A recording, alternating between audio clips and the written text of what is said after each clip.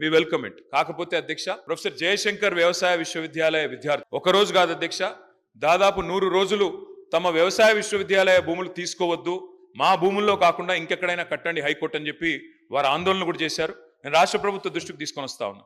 వ్యవసాయ విశ్వవిద్యాలయంలో జరగాల్సింది పరిశోధనలు, వ్యవసాయ విశ్వవిద్యాలయంలో జరగాల్సింది సాంకేతికపరమైన ఆలోచనలు. దానికి భూమి కూడా అవసరం సార్, ఎందుకంటే అక్కడ ఫీల్డ్ ఎక్స్పెరిమెంట్స్ చేయాలి. ఆ ఫీల్డ్ ఎక్స్పెరిమెంట్స్ నుంచి వచ్చే రీసెర్చ్ డెవలప్మెంట్ ద్వారానే కొత్త వంగడాలు కానీ కొత్త ఆలోచనలు కానీ రైతాంగానికి, వ్యవసాయానికి, రాష్ట్రానికి ఉపయోగపడే విధంగా చేయాలి.